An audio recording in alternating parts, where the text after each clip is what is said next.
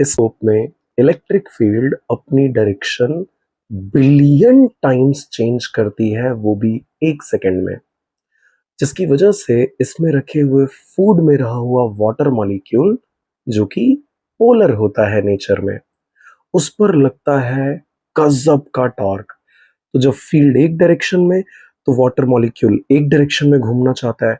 जैसे ही field reverse हुई, water molecule opposite direction में घूमने लग जाता है। मतलब यहां आती है भाई साहब तगड़ी मॉलिक्यूलर फ्रिक्शन की कहानी। और यही मॉलिक्यूलर फ्रिक्शन इंश्योर करता है कि कुछ ही सेकंड्स के अंदर आपका फूड गर्म हो जाए। तो स्टार्ट करते हैं। Torque acting on a dipole in uniform electric field. कुछ शब्द बहुत इंपॉर्टेंट है इसमें, जैसे ये जिसको हम बोल रहे हैं यूनिफॉर्म।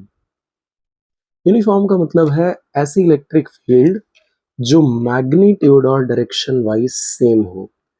तो this is the electric field जो मैग्नीट्यूड और डायरेक्शन दोनों में सेम रह रही है। मतलब ना तो मैग्नीट्यूड चेंज हो रहा है और ना ही उसकी डायरेक्शन चेंज हो रही है, राइट। डायपोल, आई थिंक ये तीसरी बार नाम आपके सामने आ रहा है। डायपोल मतलब एक ऐसा pair of equal and opposite charge जो कुछ स्मॉल डिस्टेंस से सेपरेटेड हो और जिसकी डायरेक्शन आई थिंक हमने कई बार डिस्कस कर रखी है, हमेशा कहां से कहां होती है, नेगेटिव चार्ज से positive charge. So here we have a negative charge minus Q, यहाँ पे है हमारे पास एक दूसरा चार्ज जो कि है प्लस क्यू, और ये इन दोनों के बीच की सेपरेशन है जिसको हमने 2a लिख रखा हुआ है। And this is dipole moment vector जो कि लग रहा है माइनस क्यू से प्लस क्यू में। ये वो यूनिफॉर्म इलेक्ट्रिक फील्ड की डायरेक्शन है। इधर इस डायरेक्शन में वो यूनिफॉर्म इलेक्ट्रिक फील्ड एक्ट कर रही है, राइट। इस डायरेक्शन में ये यूनिफॉर्म इलेक्ट्रिक फील्ड हमारी एक्ट कर रही है। बढ़िया। अगर हम इसके एक एक चार्ज के ऊपर फोर्स निकालने जाएं, तो वी नो दैट, ये एक मैं रफ में फॉर्मूला आपको बता दे रहा हूं कि क्या फॉर्मूला होता है Q जितने चार्ज पर E जितनी इलेक्ट्रिक फील्ड में। So if charge is Q and electric field is E, तो फोर्स का फॉर्मूला होता है Q टाइम्स E। यहां अगर पॉजिटिव चार्ज हुआ तो F इक्वल टू हो जाएगा प्लस का Q टाइम्स E। मतलब फोर्स और इलेक्ट्रिक फील्ड दोनों होंगे सेम डायरेक्शन में, और अगर ऐसा नहीं हुआ तो दोनों होंगे ऑपोजिट डायरेक्शन में। खास ध्यान रखिएगा इस बात को। तो सेम डायरेक्शन में कब होंगे? जब चार्ज कैसा है, पॉजिटिव, और ऑपोजिट डायरेक्शन में फोर्स कब लगेगा? जब नेगेटिव चार्ज है। देखिएगा, so here we have a positive charge. Positive charge पर फोर्स फील्ड की डायरेक्शन में लगता है, तो ये रही फील्ड की डायरेक्शन इस तरफ, तो फोर्स भी लगेगा इसी तरफ। एंड अभी मैंने आपको बताया कि उस फोर्स का इक्वेशन क्या होता है, F equal to Q times E। तो ये हो गया पॉजिटिव चार्ज पर लगने वाला फोर्स। एंड नेगेटिव चार्ज पर फील्ड की ऑपोजिट डायरेक्शन में, this is the direction of field, ये डायरेक्शन में एक्ट कर रही है इलेक्ट्रिक फील्ड, तो इस पर फोर्स लगेगा ऑपोजिट डायरेक्शन में। ऑपोजिट मतलब जस्ट इसकी उल्टी डायरेक्शन में फोर्स लगना है। ये डायरेक्शन में फील्ड है, इधर इधर फील्ड एक्ट कर रही है, फोर्स इसके जस्ट ऑपोजिट डायरेक्शन में एक्ट करेगा।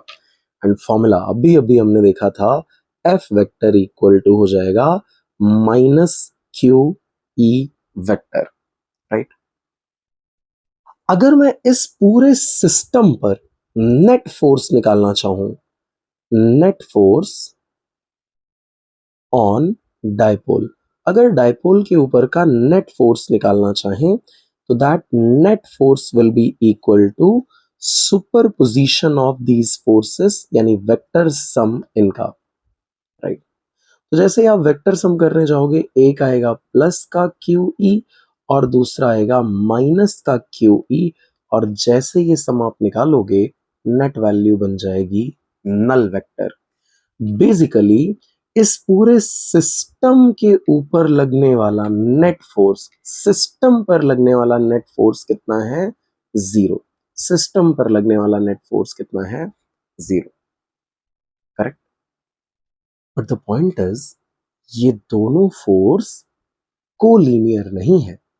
आप समझिएगा, नेट फोर्स जीरो होने में भी कंडीशंस हैं। मान लीजिए ये था हमारा डायपोल, राइट, और पॉजिटिव के ऊपर चार्ज लगता इस तरफ ऐसे, और नेगेटिव पर लगता इस तरफ ऐसे, दोनों इक्वल एंड ऑपोजिट होते तो नेट फोर्स हो जाता जीरो, और ये डायपोल यहीं रेस्ट में रह जाता, राइट, रेस्ट में रह जाता। लेकिन सीन ऐसा हुआ है कि इस बार डायपोल थोड़ा सा इंक्लाइंड है, तो पॉजिटिव चार्ज पर फोर्स इस डायरेक्शन में और नेगेटिव पर फोर्स इस डायरेक्शन में लगा। लेकिन अब इसकी वजह से इसमें एक रोटेशनल इफेक्ट प्रोड्यूस होगा कुछ इस तरीके से। अरे सोचो, तुम एक पेन को ऐसे रखना, ठीक है, और उस पेन पर इधर फोर्स लगाना और इधर फोर्स लगाना, बीच में ऐसे मान लो हिंज कर रखा है तुमने, उसे फिक्स कर रखा है। तो जब इधर फोर्स लगाओगे और इधर फोर्स लगाओगे तो ये पेन ऐसे घूमने लग जाएगी, रोटेट होने लग जाएगी, टर्न होना स्टार्ट कर देगी। मतलब इसमें आएगा टर्निंग इफेक्ट। क्या आएगा, turning effect. And we know that कि turning effect of force is called torque. Turning effect of force is called torque. Sir ये कहां से आया, भैया 11th स्टैंडर्ड की कहानी है, चैप्टर नंबर 6 के अंदर आ चुका है ये, रोटेशनल मोशन, राइट। तो turning effect of force is called torque. Dipole moment इस डायरेक्शन में एक्ट कर रहा था, ऐसे माइनस से प्लस क्यू की तरफ, और इलेक्ट्रिक फील्ड एक्ट कर रही थी ऐसे। डायपोल मोमेंट और इलेक्ट्रिक फील्ड के बीच का एंगल हमने लिया हुआ है थीटा, राइट। एंगल ये जो है ये है थीटा। अगर हमें टॉर्क निकालना है तो टॉर्क के लिए जब भी कपल हो, बेसिकली पेयर ऑफ फोर्स हो, तो टॉर्क हमारे पास डिफाइंड है या निकाला जाता है कुछ ऐसे, magnitude of one force, magnitude of force into perpendicular distance between those forces, right. Magnitude of force into perpendicular distance between forces. अब देखिएगा ध्यान से, ये लाइन के अलोंग था हमारा पहला force, right. This is the line जिसके अलोंग था हमारा पहला force, this is the line जिसके अलोंग था हमारा दूसरा फोर्स। तो बहुत आसान है ये कह पाना कि इनके बीच का जो परपेंडिकुलर डिस्टेंस है वो होगा यहां से लेकर के ये इतना डिस्टेंस, और हमें यही तो चाहिए था, क्योंकि मैग्नीट्यूड ऑफ फोर्स तो हमें पता ही है, दोनों फोर्सेस के मैग्नीट्यूड सेम है, डायरेक्शन ऑपोजिट है। और परपेंडिकुलर डिस्टेंस अगर हमें मिल गया तो मैग्नीट्यूड ऑफ फोर्स यहाँ रख देंगे, परपेंडिकुलर डिस्टेंस यहाँ रख देंगे, दोनों का निकाल लेंगे प्रोडक्ट, प्रोडक्ट निकालने के हिसाब हमें क्या मिल जाएगा, टॉर्क मिल जाएगा। मतलब सारी कहानी अटकी पड़ी हुई है सिर्फ एक जगह पर, और वो कौन सी है, answer is perpendicular distance between the forces. नहीं अटकने देते हैं, इसे भी सॉल्व कर लेते हैं, कैसे आएगा देखिएगा। इसके लिए हम यूज करने जा रहे हैं ट्रिग्नोमेट्री। देखिएगा, ये वाली जो हमारी साइड है ये एंगल है अपने पास थीटा, राइट। हाइपोटेनियस हमें पता है, ये वाली साइड हमें पता है, और ये परपेंडिकुलर कितना है ये हमें फाइंड आउट करना है, परपेंडिकुलर निकालना है, हाइपोटेनियस हमें पता है। तो अगर हम इस ट्राइंगल के अंदर साइन ऑफ थीटा डिफाइन करें तो sine theta is equal to perpendicular distance upon hypotenuse. Perpendicular distance अगर हमें निकालना हो तो इसको सब्जेक्ट बना लेते हैं, तो हाइपोटेनियस आ जाएगा इधर मल्टीप्लिकेशन में, राइट, मल्टीप्लिकेशन में आ जाएगा। तो sine theta is equal to हो जाएगा, निकालना है हमें परपेंडिकुलर डिस्टेंस, लेकिन हाइपोटेनियस अगर आप चेक करोगे तो वो 2a के बराबर है। अरे यार, इस पॉइंट से लेकर के ये पॉइंट तक का पूरा जो डिस्टेंस है यही हाइपोटेनियस है, और यही किसके बराबर है, लुक एट दिस, 2a के बराबर है, राइट। अब 2a को दूसरी तरफ भेज देते हैं, तो परपेंडिकुलर डिस्टेंस किसके बराबर आ जाएगा, 2a साइन थीटा के बराबर आ जाएगा। मिल चुका है हमें परपेंडिकुलर डिस्टेंस, राइट। और मैग्नीट्यूड ऑफ फोर्स, इस पर भी मैग्नीट्यूड क्यू ई है। सर क्यू ई वेक्टर, अरे भैया वेक्टर की बात ही नहीं हो रही है, हम तो मैग्नीट्यूड की बात कर रहे हैं। तो फोर्स का मैग्नीट्यूड क्यू ई, यहां पर भी फोर्स का मैग्नीट्यूड क्यू ई ही है। ये रहा मैग्नीट्यूड, राइट, क्यू ई। ये रहा मैग्नीट्यूड कितना, क्यू ई। सर तो वो वेक्टर जब लगा रखा है तो, अरे यार वो वेक्टर जब लगा रखा है तो मैग्नीट्यूड के साथ साथ डायरेक्शन भी शो कर रहा है, राइट। अच्छा, रखते हैं। तो मैग्नीट्यूड ऑफ फोर्स हो गया अपने पास क्यू ई, और परपेंडिकुलर डिस्टेंस यहां हमने निकाल रखा है which is 2a sine theta. थोड़ा रीअरेंज करते हैं इसको, 2a को q के साथ में, तो ये हो गया 2a इंटू क्यू, साथ में हो गया e, साथ में आ गया साइन थीटा। ये कहलाता है p, साथ में हो गया e और आ गया साइन थीटा।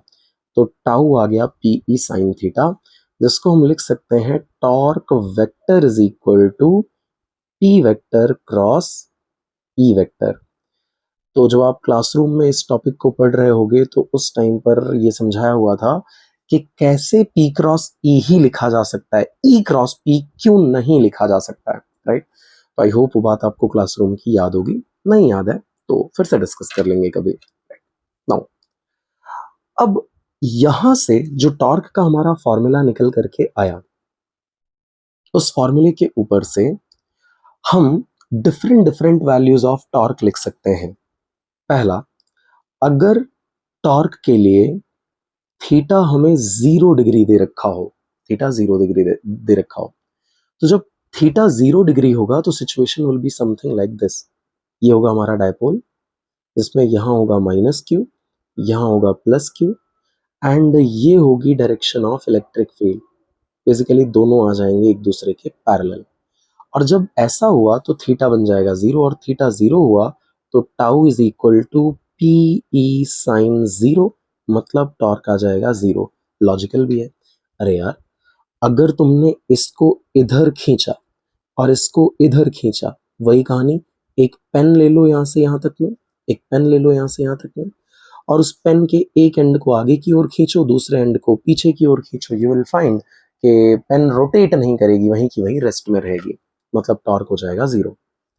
केस नंबर 2, अगर थीटा हो गया 90, अब क्या सिचुएशन बनी।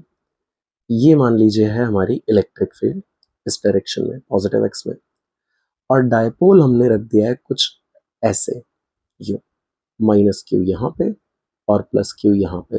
बेसिकली दोनों के बीच का एंगल अगर अभी आप देखोगे तो कितना हो चुका है, 90। तो अब वही सिचुएशन इमेजिन करो कि अब आप इधर लगा रहे हो क्यू ई जितना फोर्स, और इस तरफ लगा रहे हो माइनस क्यू ई जितना फोर्स। तो ये फोर्स जो है वो इक्वल एंड ऑपोजिट तो है, मतलब ये पूरे सिस्टम के ऊपर का नेट फोर्स भले ही 0 कर देंगे, लेकिन आप देखोगे they are perpendicular to each other. मतलब एक पेयर ऑफ फोर्स है जो अलग अलग डिस्टेंस के ऊपर, अलग अलग पॉइंट्स के ऊपर लग रही है। तो ये क्या करेंगे, इसको घुमाने की कोशिश करेंगे। मतलब आप क्या करना कि पेन रखो यहाँ पे, एक एंड पे इधर फोर्स लगाओ, दूसरे एंड पे इधर फोर्स लगाओ, यू विल फाइंड कि जो पेन है वो इस सेंस के अंदर रोटेट करने लग जाएगी, अगर इस पॉइंट को आपने फिक्स कर रखा है तो, राइट। मतलब यहाँ टॉर्क हमारे पास आने वाला है सबसे ज्यादा, यानी कि मैक्सिमम। तो टाउ आ जाएगा पी ई साइन 90, साइन 90 की वैल्यू 1, तो टॉर्क जो होगा वो हमारा कैसा हो जाएगा, मैक्सिमम हो जाएगा। इसको मैथ्स वाला स्टूडेंट ऐसे भी समझ सकता है कि साइन 0 की वैल्यू 0, इसलिए टॉर्क 0। साइन 90 की वैल्यू मैक्सिमम, इसलिए torque maximum. That's it. Thank you.